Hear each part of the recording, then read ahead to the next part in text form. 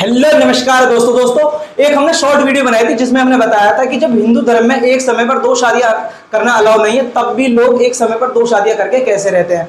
दोस्तों यहाँ पर बहुत लोग कंफ्यूज रहते हैं कि उन्होंने अपना धर्म चेंज कर लिया होगा, उस तभी उन्होंने दूसरी शादी कर ली है, क्योंकि मुस्लिम मेल एक समय पर 4 शादियां कर सकता है। लेकिन दोस्तों ऐसा नहीं है, हमें लॉ को जानना है कि लॉ इसके बारे में क्या कहता है। दोस्तों हमें अपनी बीएनएसएस यानी भारतीय नागरिक सुरक्षा संहिता के बारे में पता होना चाहिए, हमें हिंदू मैरिज एक्ट के बारे में पता होना चाहिए। दोस्तों यहाँ पर हम समझेंगे, एक एक करके सारी चीज समझेंगे और लास्ट तक आपकी सारी कंफ्यूजन आपको दूर हो जाएंगी। आप जो भी तक आपके दिमाग में गलतफहमी थी कि ऐसा हो गया होगा या फिर उन्होंने धर्म चेंज कर लिया होगा या फिर उनके खिलाफ कंप्लेंट क्यों नहीं हुई, उनको जेल क्यों नहीं हुई, वो अगर उन्होंने एक समय पर दो शादियां जब अलाउ नहीं है हिंदू धर्म में और वो हिंदू हैं तो भी उनको सजा क्यों नहीं हुई यहाँ पे, तो आपका सारा कंफ्यूजन, आपका सारे डाउट आपके क्लियर हो जाएंगे। लास्ट तक हमारे साथ बने रहिए। दोस्तों सबसे पहले आपको समझना है कि अगर आपने पहले पति या पत्नी के रहते हुए अगर आपने दूसरी शादी कर ली है तो समझ लीजिए आपने, अगर आप हिंदू हो तो आपने बाइगेमी यानी सेक्शन 82 ऑफ भारतीय न्याय संहिता यानी आईपीसी का 494 का ऑफेंस कमिट कर दिया। दोस्तों अगर आपने स्पेशल मैरिज एक्ट के अंडर भी शादी की है और अगर आप मुस्लिम भी हो तो भी आपने, अगर आपने दो शादियां कर ली हैं एक समय पर, तो भी आपने बाइगेमी का ऑफेंस कमिट कर लिया। लेकिन अगर आप मुस्लिम लॉ के अंडर शादी करते हो, अगर आप मेल हो, तो आप यहाँ पर बाइगेमी का ऑफेंस कमिट नहीं होगा। तो दोस्तों हमें सारी चीजें एक एक करके समझनी है। दोस्तों सबसे पहले हमें समझना है सेक्शन 82 ऑफ बीएनएस यानी भारतीय न्याय संहिता का जो 494 आईपीसी था। दोस्तों यहाँ पर दिया हुआ साफ साफ बताया हुआ है कि पहले पति या पत्नी के होते हुए अगर उनके जीवन काल में आपने दूसरी शादी कर ली है तो आपको क्या है, बाइगेमी का ऑफेंस कमिट कर दिया। अब लोग दिमाग में रहते हैं कि क्या नाम है, डिवोर्स के बाद तो कर सकते हैं। हाँ, डिवोर्स के बाद आप क्या है दूसरी शादी कर सकते हैं, वो चीज अलाउ है। लेकिन अगर पहले पति या पत्नी से आपका डिवोर्स नहीं हुआ है और वो जीवित है तो आप दूसरी शादी नहीं कर सकते। अगर आपने ऐसे करते हो तो बाइगेमी के ऑफेंस के लिए लायबल होगा, आपको सजा भी होगी, जुर्माना भी हो सकता है। दूसरी सबसे बड़ी चीज है, आपको सबसे पहले ये समझना है कि हमारा Hindu law, Hindu marriage act 1955 इस बारे में क्या कहता है। दोस्तों हमारा हिंदू मैरिज एक्ट 1955 का सेक्शन 5 हमें बताता है कि क्या क्या वैलिड कंडीशन होती है, क्या क्या शर्तें होती हैं हिंदू मैरिज कमिट करने के लिए। दोस्तों सबसे पहली शर्त है यहाँ पर कि पहले से पति या पत्नी जीवित नहीं होने चाहिए। अगर आप हिंदू मैरिज एक्ट के अंदर शादी कर रहे हो तो आपके पहले से कोई पति या पत्नी नहीं होना चाहिए। दूसरी यहाँ पर शर्त है कि आप कंसेंट देने के लिए आप अनसाउंड माइंड नहीं होने चाहिए। मतलब आपके क्या है, आप कंसेंट देने के लिए असमर्थ नहीं होने चाहिए। आप अनसाउंड माइंड मतलब आप पागल नहीं होने चाहिए, आप वैलिड कंसेंट दे सको, आप इस चीज के लिए असमर्थ ना हो।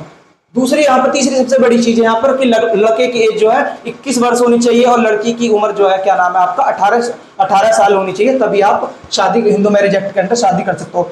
चौथी यहाँ पर सबसे बड़ी चीज है कि प्रोहिबिटेड रिलेशनशिप, प्रोहिबिटेड डिग्री यानी दोस्तों यहाँ पर क्या होता है कि अगर आपने प्रोहिबिटेड डिग्री के अंदर शादी करी है तो वो भी शादी वैलिड शादी नहीं मानी जाएगी। जैसे चाचा भतीजी ने शादी कर ली हो या फिर मामा भांजी या फिर ब्रदर सिस्टर ने, ऐसी शादी अगर होती है तो वो शादी क्या है आपका यहाँ पर वैलिड शादी नहीं मानी जाएगी। हम इसके बारे में डिटेल में बात करेंगे कि प्रोहिबिटेड रिलेशनशिप में कौन कौन से रिश्ते आते हैं, उनके बारे में एक पर्टिकुलर वीडियो लेकर आएंगे। तीसरी यहाँ पर सबसे बड़ी चीज है कि सपिंडर रिलेशनशिप में आप शादी नहीं कर सकते। अगर आपसे सपिंडर रिलेशनशिप के अंदर शादी करते हो तो वो शादी वैलिड शादी नहीं मानी जाएगी हिंदू मैरिज एक्ट के अंदर। अब सपिंडर रिलेशनशिप क्या होता है दोस्तों, आपने मदर की साइड से 3 पीढ़ियों तक और फादर की साइड से 5 पीढ़ियों तक अगर मतलब उनके वंशजों से शादी करी है तो वो शादी भी क्या है आपकी वैलिड शादी नहीं मानी जाएगी हिंदू मैरिज एक्ट के अंदर। दोस्तों section 8 of Hindu marriage act 1955 क्या बात करता है, वो यहाँ पर बताता है कि क्या क्या सेरेमनीज होनी चाहिए, तभी एक हिंदू मैरिज क्या नाम है कंप्लीट मानी जाती है। अब वो जो भी आपके कस्टम के हिसाब से जो भी आपके रीति रिवाज हैं उनके थ्रू आपकी शादी होनी चाहिए। यानी क्या होना चाहिए, जैसे सप्तपदी यहाँ पर सबसे ज्यादा इंपॉर्टेंट है। सप्तपदी का यहाँ पर मतलब है कि 7 फेरे, जो 7 फेरे होते हैं अग्नि के सामने, वो सबसे ज्यादा इंपॉर्टेंट है। उसके बिना यहाँ पे हिंदू मैरिज एक्ट की में शादी नहीं मानी जाती। या फिर कन्यादान है या फिर और भी कोई जो आपके कस्टम के हिसाब से जो भी रीति रिवाज हैं उनके थ्रू ही आपकी शादी होनी चाहिए, तभी आपकी शादी वैलिड शादी मानी जाएगी हिंदू मैरिज एक्ट के अंदर। अब यहाँ पर हमारा जो मेन क्वेश्चन था कि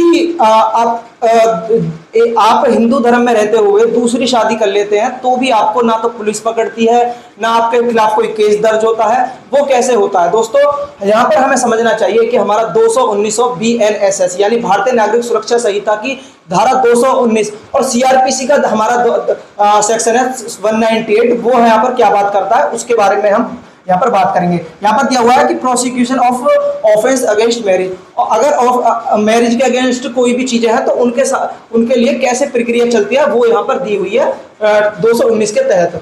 दोस्तों यहाँ पर सबसे बड़ी आपको चीज याद रखनी है, यहाँ पर no court shall take cognizance, मतलब यहाँ पर जो कोर्ट है वो सियो मोटो कॉग्निजेंस नहीं लेगा।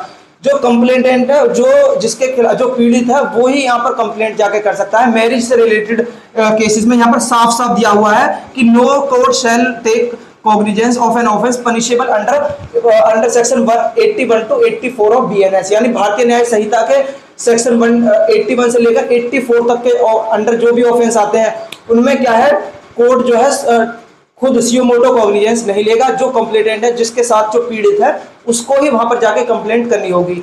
अब हमने अभी पढ़ा था सेक्शन 82 ऑफ बीएनएस, यानी बाइगेमी का ऑफेंस। अब जो आपके मन में सवाल है कि हिंदू धर्म में रहते हुए आप दूसरी शादी कर ले तो भी आपके खिलाफ केस दर्ज क्यों नहीं होता, तो दोस्तों उसका सबसे बड़ा एग्जांपल है ये चीज 219 ऑफ बीएनएसएस, यानी भारतीय नागरिक सुरक्षा संहिता। यहाँ पर साफ क्लियर शब्दों में लिखा हुआ है कि no court shall take cognizance, मतलब सियो मोटो कॉग्निजेंस नहीं लिया जाएगा। कैसे ऑफेंसेस में, जो ऑफेंसेस है 81 से लेकर 84 ऑफ बीएनएस, यानी भारतीय न्याय संहिता के अंदर जो मैरिज से रिलेटेड ऑफेंस दिए हुए हैं उनके अंदर सियो मोटो कॉग्निजेंस नहीं लेगी कोर्ट। यहाँ पर जो कंप्लेनेंट है उसको कोर्ट में जाकर बताना पड़ेगा, उसको जाकर कोर्ट में कहना पड़ेगा। अब होता क्या है, जो उनकी दूसरी वाइफ होती है उनको उनकी पहली वाइफ से कोई प्रॉब्लम नहीं होती है, तभी वो लोग हिंदू धर्म में रहते हुए भी वो एक साथ रह रहे हैं।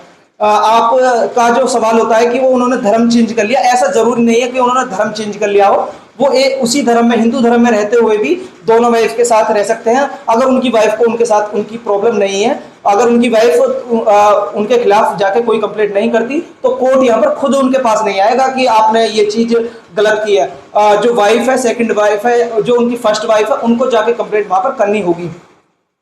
दूसरी यहाँ पे प्रोवाइजो में क्या दिया हुआ है कि अगर कोई चाइल्ड है, अनसाउंडमेंट का पर्सन है, इंटेलेक्चुअल डिसेबिलिटी का पर्सन है, या सिक है, या फिर अनेबल टू कंप्लेंट है, मतलब ऐसे कोई पर्सन है जो कंप्लेंट नहीं कर सकते, या फिर वुमेन है जो अपीयर नहीं हो सकती पब्लिकली। कुछ ऐसी रीति रिवाज होते हैं, कुछ ऐसे कस्टम होते हैं जिनमें जो वुमेन है वो वो पब्लिक में अपीयर नहीं सकती, तो ऐसे केस में वो अदर पर्सन को भी अपनी ओर से दूसरे उसके खिलाफ, अपने पति के खिलाफ या उसके खिलाफ कंप्लेंट करने के लिए ऑथराइज कर सकती है, लेकिन with the permission of the court. ये प्रोविजन ए में दिया हुआ है। प्रोविजन बी क्या कहता है, अगर हस्बैंड आपका क्या नाम है अंडर आर्म फोर्स है, यूनियन गवर्नमेंट के अंडर, तो भी क्या है, तो वो अदर पर्सन को ऑथराइज कर सकता है अपने बिहाफ पर कंप्लेंट दायर करने के लिए, लेकिन with the permission of the court. तीसरा प्रोविजन यहाँ पे दिया गया है कि अगर, यहाँ पर जो हमारा मेन क्वेश्चन था कि अगर पीड़िता वाइफ है और अंडर सेक्शन 82 यानी बाइगेमी का ऑफेंस उसके अगेंस्ट हुआ है, मान लो उसके पति ने दूसरी शादी कर ली है, साफ साफ लिखा हुआ है 219 में प्रोविजो आपका सी देखोगे तो उसमें साफ साफ लिखा हुआ है कि अगर पीड़िता वाइफ है, मतलब वाइफ के हस्बैंड ने 82 का ऑफेंस कमिट कर दिया, यानी बीएनएस का 82 यानी बाइगेमी का ऑफेंस कमिट कर दिया, उसके रहते हुए उसने दूसरी शादी कर ली, तो उसके बिहाफ पर अगर वो अनेबल है कंप्लीट करने के लिए, तो उसके बिहाफ पर उसका फादर कंप्लीट कर सकता है, उसकी मदर कंप्लीट कर सकती है, उसका ब्रदर, उसका सिस्टर, उसका बेटा, उसकी बेटी कंप्लीट कर सकती है, या फिर कोई उसका ब्लड रिलेटिव जो उसके मतलब खूनी रिश्तेदार जो होते हैं वो कर सकते हैं, या फिर उसने कोई मतलब उसका अपना बेटा अडॉप्ट किया हुआ है वो उसके बिहाफ पर कंप्लीट कर सकता है, लेकिन with the permission of the court की परमिशन के बाद ही आप कंप्लेंट कर सकते हो। दोस्तों ये चीज है आपकी जो आपको क्लियर करनी थी, क्योंकि लोगों को दिमाग में ये रहता है कि धर्म चेंज कर लिया होगा तभी उन्होंने हिंदू धर्म में रहते हुए, वो पहले हिंदू थे, अब हिंदू धर्म से मुस्लिम धर्म में आगे होंगे, तभी उन्होंने दो शादियां कर ली, क्योंकि यूट्यूबर है एक, उन्होंने भी दो शादियां कर ली है, तो सब लोग उनको सोचते हैं कि वो अब उन्होंने अपना धर्म चेंज कर लिया, लेकिन ऐसा नहीं है दोस्तों, जरूरी नहीं है धर्म चेंज किया हो। यहाँ पर हमारा 219 आप पढ़ेंगे तो साफ साफ क्लियर शब्दों में लिखा हुआ है कि नो कोर्ट शैल टेक सियो मोटो कॉग्निजेंस। कोर्ट यहाँ पर ऐसे केसेस में जो मैरिज से रिलेटेड है, जो अंडर सेक्शन 81 से लेकर 84 तक के बीएनएस यानी भारतीय न्याय संहिता में दे रखे हैं, ऐसे केसेस में कोर्ट सियो मोटो कॉग्निजेंस नहीं लेगी। आपको जो कंप्लेनेंट है उसको जाकर कोर्ट में कंप्लेंट करनी पड़ेगी, या फिर उनके बिहाफ पर कोर्ट की परमिशन से ऑथराइज्ड पर्सन को कंप्लेंट जाकर करनी पड़ेगी।